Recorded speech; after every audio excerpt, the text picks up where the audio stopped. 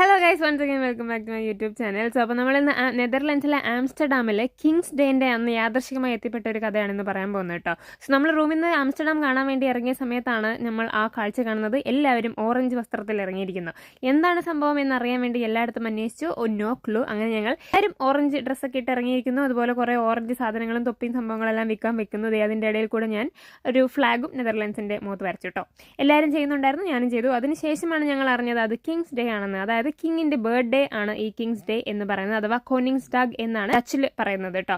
So April 27 ഇത് നടക്കുന്നത്. King William അലക്സാണ്ടറിന്റെ birthday ആണ് ഇവർ സെലിബ്രേറ്റ് ചെയ്യുന്നത്. നെതർലാൻഡ്സിലെ ഒരു മോസ്റ്റ് കളർഫുൾ സെലിബ്രേഷനിൽ ഒന്നാണ് ഈ കിങ്സ് ഡേ എന്ന് പറയുന്നത് കേട്ടോ. സോ ഇതുപോലെയുള്ള മേജർ സിറ്റീസിലൊക്കെയാണ് ഇത് കൂടുതലും നടക്കുക. അത് ഹോൾ സിറ്റി തന്നെ ഒരു പാർട്ടിങ് ഏരിയ ആയിട്ട് മാറുകയാണ്. അതിനുശേഷം ഞങ്ങളൊരു ക്രൂസ് ട്രിപ്പിന് പോയി. അപ്പോഴാണ് ഞാൻ ആ സത്യം മനസ്സിലാക്കിയത്. കരയിൽ മാത്രമല്ല വെള്ളത്തിലും അവർ ഈ കിങ്സ് ഡേ ആഘോഷിക്കുന്നുണ്ട്